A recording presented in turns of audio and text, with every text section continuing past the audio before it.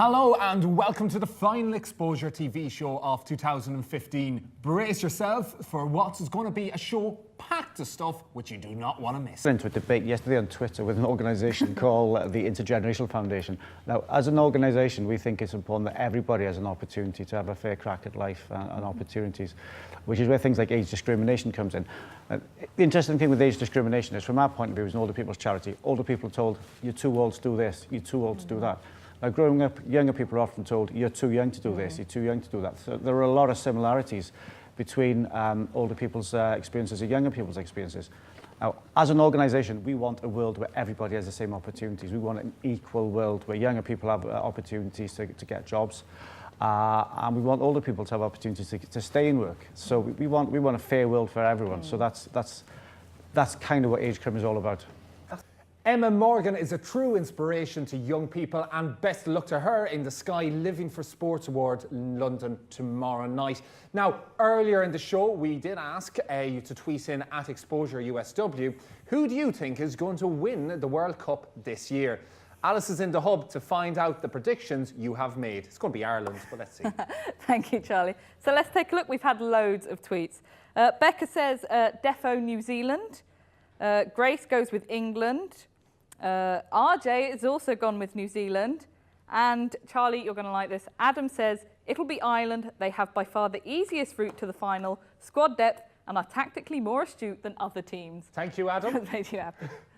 Now it's time for us to take a short break, but don't go anywhere because we have a live interview with Capital FM's Matt Desac, who's going to talk to us about the Cardiff to Paris bike ride he's doing in aid of Owen Williams. See you after the break. First, I must get into, how did you get into the bike ride?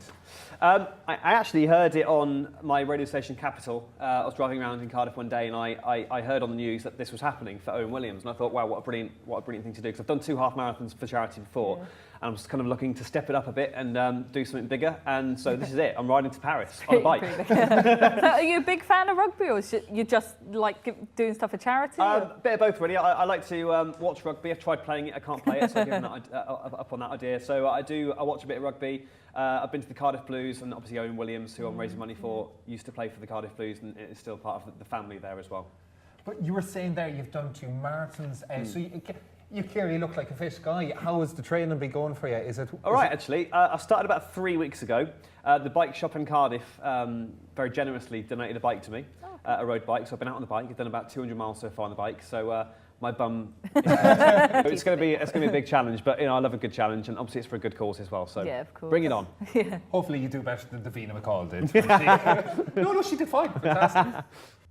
Now, we are joined in the studio now by BBC and S4C broadcaster Betty George, who has covered numerous TV and radio shows over the last 40 years. Welcome. It's great to have you here. It's a pleasure to be here. We're all obviously studying here at the university, media students, performance media students, journalism students. What advice would you give, say, to us going out into the real world? Because that's a terrifying thing now. Yes. Once comes...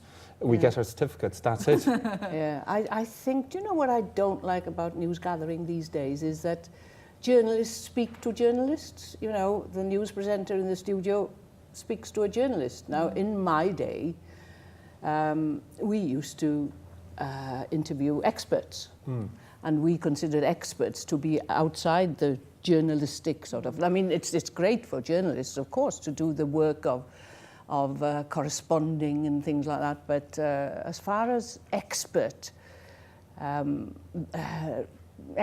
interviews are concerned, I would advise you to speak to experts, and they know far more about it than journalists. For the journalism students studying here, put your fingers in your ears. Are they going to get out of that group? Yeah. They've got England and Australia. Why do we have to have England and Australia? Why doesn't Ireland have Australia and England? We have Romania in our pool. So we'll be fine. We'll be fine. Look, Betty, thanks so much for coming in. It's been an absolute privilege. Fantastic to meet you. It's been a pleasure. Thank you, and all the best in the future. Thank you. Thank you. And that's unfortunately the end of the show, and the end of the shows for this year. Yes, this has been the final show on Exposure 2015, and we truly hope you have enjoyed it.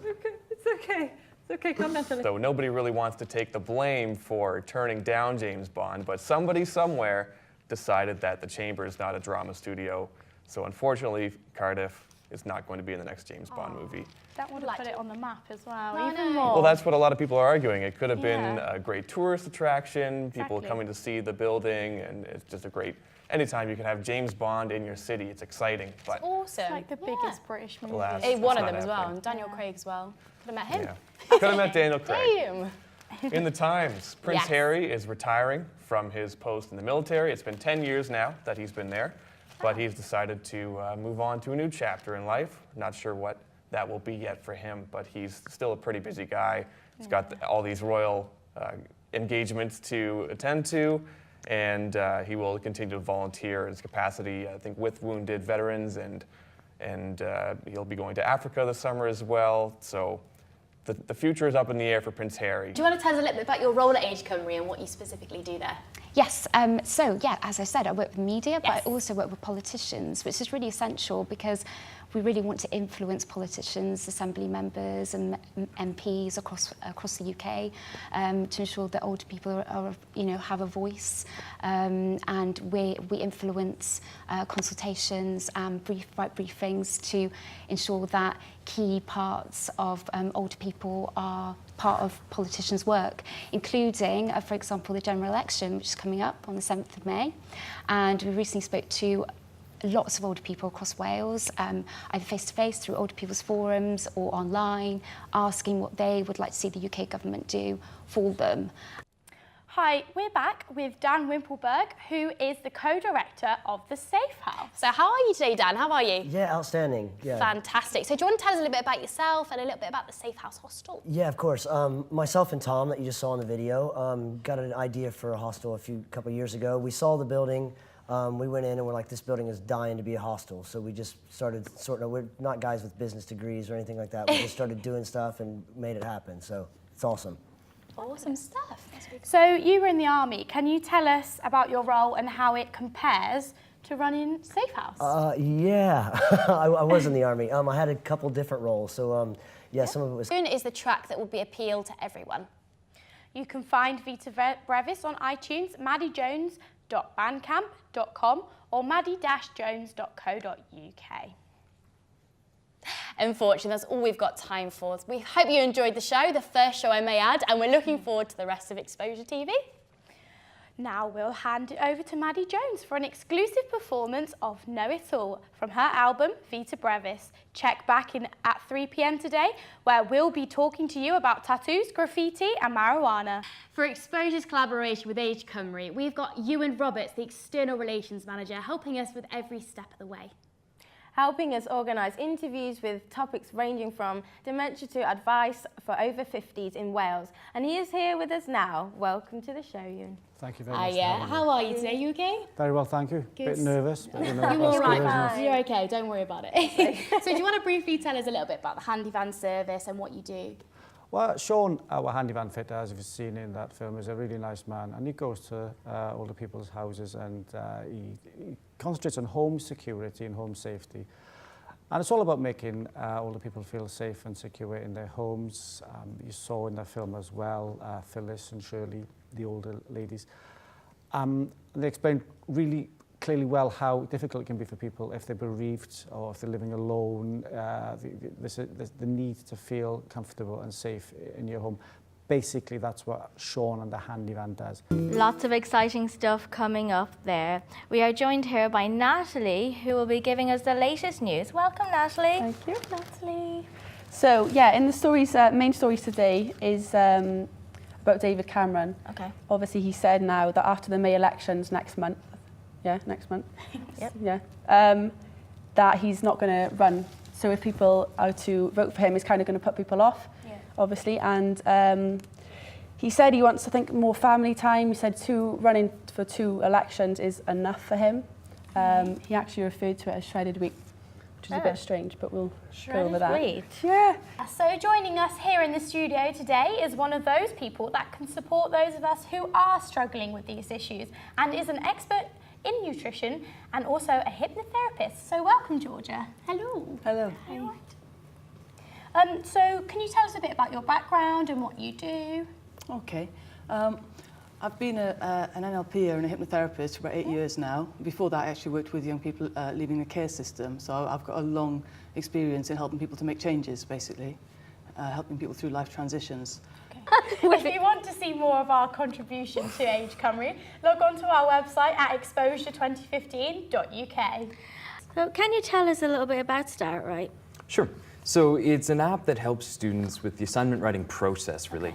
We identified that students really need help with task management and time management. Definitely, And the yeah. best way we could think of combining those two was in a to-do list. So students are able to input their word count, assignment type, due date, and the app really just helps structure the rest of the work and helps get them thinking about the subtasks that they have to do, along with just kind of the big things like writing introduction, body paragraph, stuff like that. So what's been your involvement in Start Right? Well, so I'm one of the co-founders. So there's 2 of us on the team right now, and so we basically have to do everything that's required for a business. The idea of today is to raise awareness for the Stay Strong for Owen campaign, as you can see on the poster there.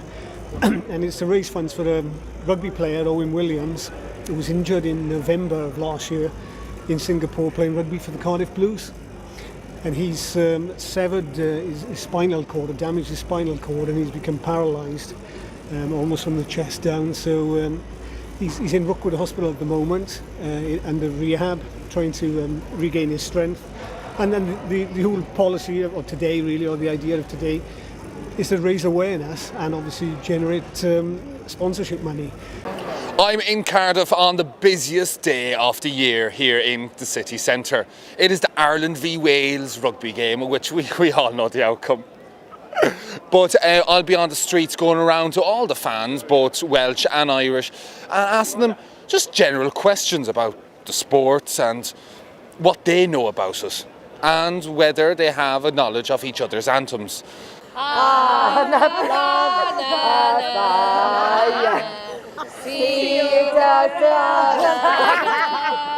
My name is Rebecca Albert, and I'm a PE teacher in Penydrea High School and the leader of the Sky Sports Living for Sport initiative at the school. I found out about the Sky Sports Living for Sport initiative on Sky Sports during an advertisement a couple of years ago, and it just said free initiative to all schools, contact us and apply. So I did, and we were successful, and we've been part of the programme for 2 years.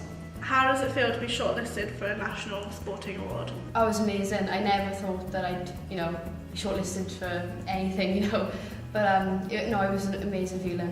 In the morning, 9 till 10, I'll be on the Game Changer show. And then after that, we're having a tour of the Sky Sports studios. And then it's the award ceremony where they'll be awarding different, awards like Teacher of the Year, Project of the Year, and then obviously Student of the Year of the whole UK. So, yeah. My name's Will Greenwood. I was brought up on a rugby field, grew up in Italy, played at Blackburn, Preston Grasshoppers, Waterloo, Durham University, a couple of professional clubs called Harlequins and Leicester, made a couple of Lions tours and occasionally played for England. The back end of the last millennium under one of the great captains of all time, Martin Johnson. School of Hard Knocks has been going 8 years now, and it's a programme that goes into areas where there might be a high level of unemployment or problems with finding work and occasionally getting into trouble with the law, and then using rugby to bring them together to understand how teamwork, respect, discipline, trust can translate itself into everyday life.